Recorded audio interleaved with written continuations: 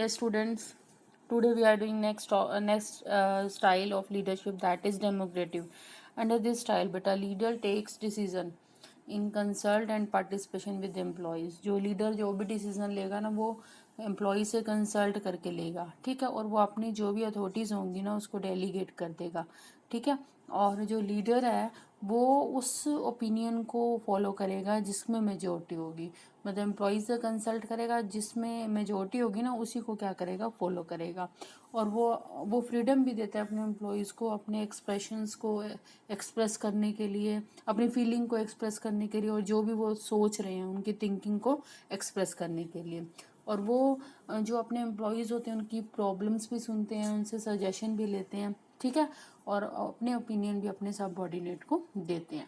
तो ये हो गया हमारा डेमोक्रेटिक। डेमोक्रेटिक बेटा जैसे हमारी हम India is a democratic country, सबको राइट है ना अपने व्यूज़ रखने का, इसी तरह से इस स्टाइल में भी जो लीडर है अपने एम्प्लॉयज़ को फ्रीडम देता है। अब इसके क्या एडवांटेज रहेंगे बेटा, improve the job satisfaction and moral of the employees. जो एम्प्लॉयज़ होते हैं उनका जॉब सेटिस्फेक्शन का लेवल इंक्रीज होगा ना, क्योंकि उनको लगता है कि जो लीडर है उनसे कंसल्ट करके ही क्या करते हैं, डिसीज़न लेते हैं, और इससे उनका मोरल भी बूस्ट होगा और उनमें एबिलिटी आएगी डिसीजन मेकिंग की। जब आपसे सजेशंस पूछे जाएंगे तो आप सोचोगे ना, तो आपकी एबिलिटी भी क्या होगी, इम्प्रूव होगी। उसके बाद है develop positive attitude and reduce labour turnover. इसमें क्या हो गया कि जो क्योंकि लीडर्स क्या होंगे, सेटिस्फाई होंगे और वो मोटिवेट होंगे, ठीक है।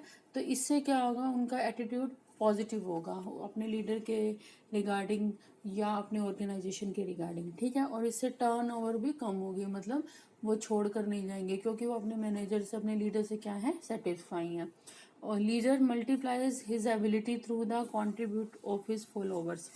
अब लीडर क्या करता है, अपने एम्प्लॉय से सजेशंस लेता है, ठीक है, तो उसकी एबिलिटी भी बढ़ गई, क्योंकि कोई सजेशन किसी का होगा, कोई किसी का होगा, कोई किसी चीज़ में एक्सपर्ट होता है, कोई किसी चीज़ में एक्सपर्ट होता है।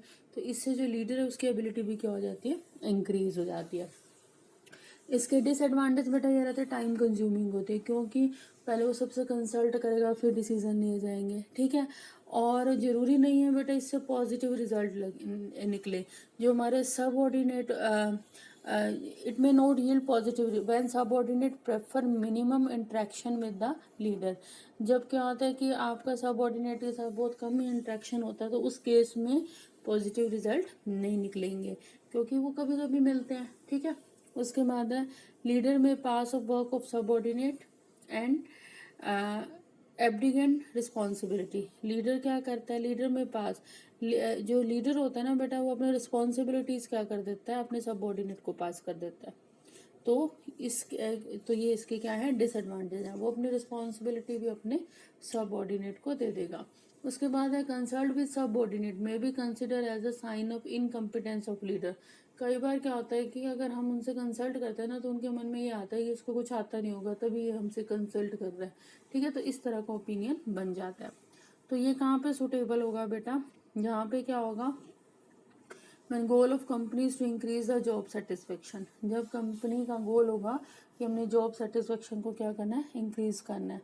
when leader wants to share decision making with subordinate, और जब लीडर चाहता है कि वो अपने सबऑर्डिनेट के साथ डिसीजन को शेयर करे। और उसके बाद है हमारा when subordinate have accepted the goal of organization, और जो सबऑर्डिनेट होते हैं वो भी ऑर्गेनाइजेशन गोल को एक्सेप्ट कर रहे हैं, ठीक है। तो ये है हमारा बेटा डेमोक्रेटिक लीडरशिप। लास्ट है हमारा फ्री रेन लीडरशिप स्टाइल। इसमें क्या होता है बेटा, जो लीडर होता है ना वो टोटली अपनी अथॉरिटीज़ को डेलीगेट कर देता है अपने सबऑर्डिनेट को, और सबऑर्डिनेट को ही डिसीजन लेने होते हैं। इस स्टाइल में जो लीडर होता है ना बेटा उसके वो क्या करता है, वो सिर्फ और सिर्फ उनको इंफॉर्मेशन प्रोवाइड करता है, और जो उनसे रिसोर्सेज की ज़रूरत होती है सबऑर्डिनेट को वही प्रोवाइड करता है। बाकी सब इंफॉर्मेशन सब कुछ कौन करता है बेटा, जो हमारा जो डिसीजन वगैरह एम्प्लॉयज़ करते हैं, ठीक है।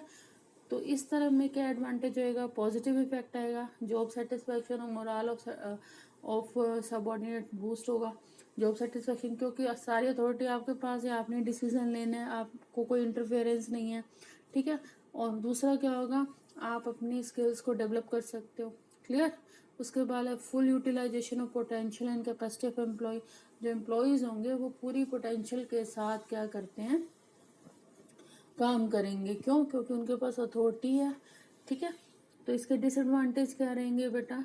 Subordinate do not gate guidance and support of leader. Subordinate को कोई गाइडेंस नहीं मिलती है, वो सिर्फ और सिर्फ क्या है बेटा, क्योंकि सारी लीडर सिर्फ क्या करेगा, इन्फॉर्मेशन देगा, रिसोर्सेज प्रोवाइड करवाएगा, और it ignores the contribution of leader. तो इसमें सबऑर्डिनेट ने सब कुछ करना है, तो लीडर का कोई भी कंट्री नहीं रहेगा, तो यानी कि उसको इग्नोर किया जाएगा। और जो सबऑर्डिनेट के गोल्स के अलग अलग हैं, तो वो डिफरेंट डिफरेंट डायरेक्शंस में जाएंगे, जिससे कंफ्यूजन हो सकती है। तो ये इसका डिसएडवांटेज है। सुटेबल कहाँ पे होगा बेटा? जहाँ पे सबऑर्डिनेट ट्रेंड होंगे और हाईली नॉलेज वाले होंगे। ठीक है, नॉलेज भी होगी और वो ट्रेंड भी होंगे। और subordinate are self motivated. Subordinate खुद से मोटिवेट है, वो रेडी है रिस्पॉन्सिबिलिटीज को लेने के लिए। वहाँ पे ये क्या होगा बेटा? सुटेबल होगा। तो उसके बाद बेटा इन तीनों स्टाइल्स में आप डिफरेंशिएट तो आई थिंक आप आसानी से कर ही पाओगे। I hope this is clear to all of you.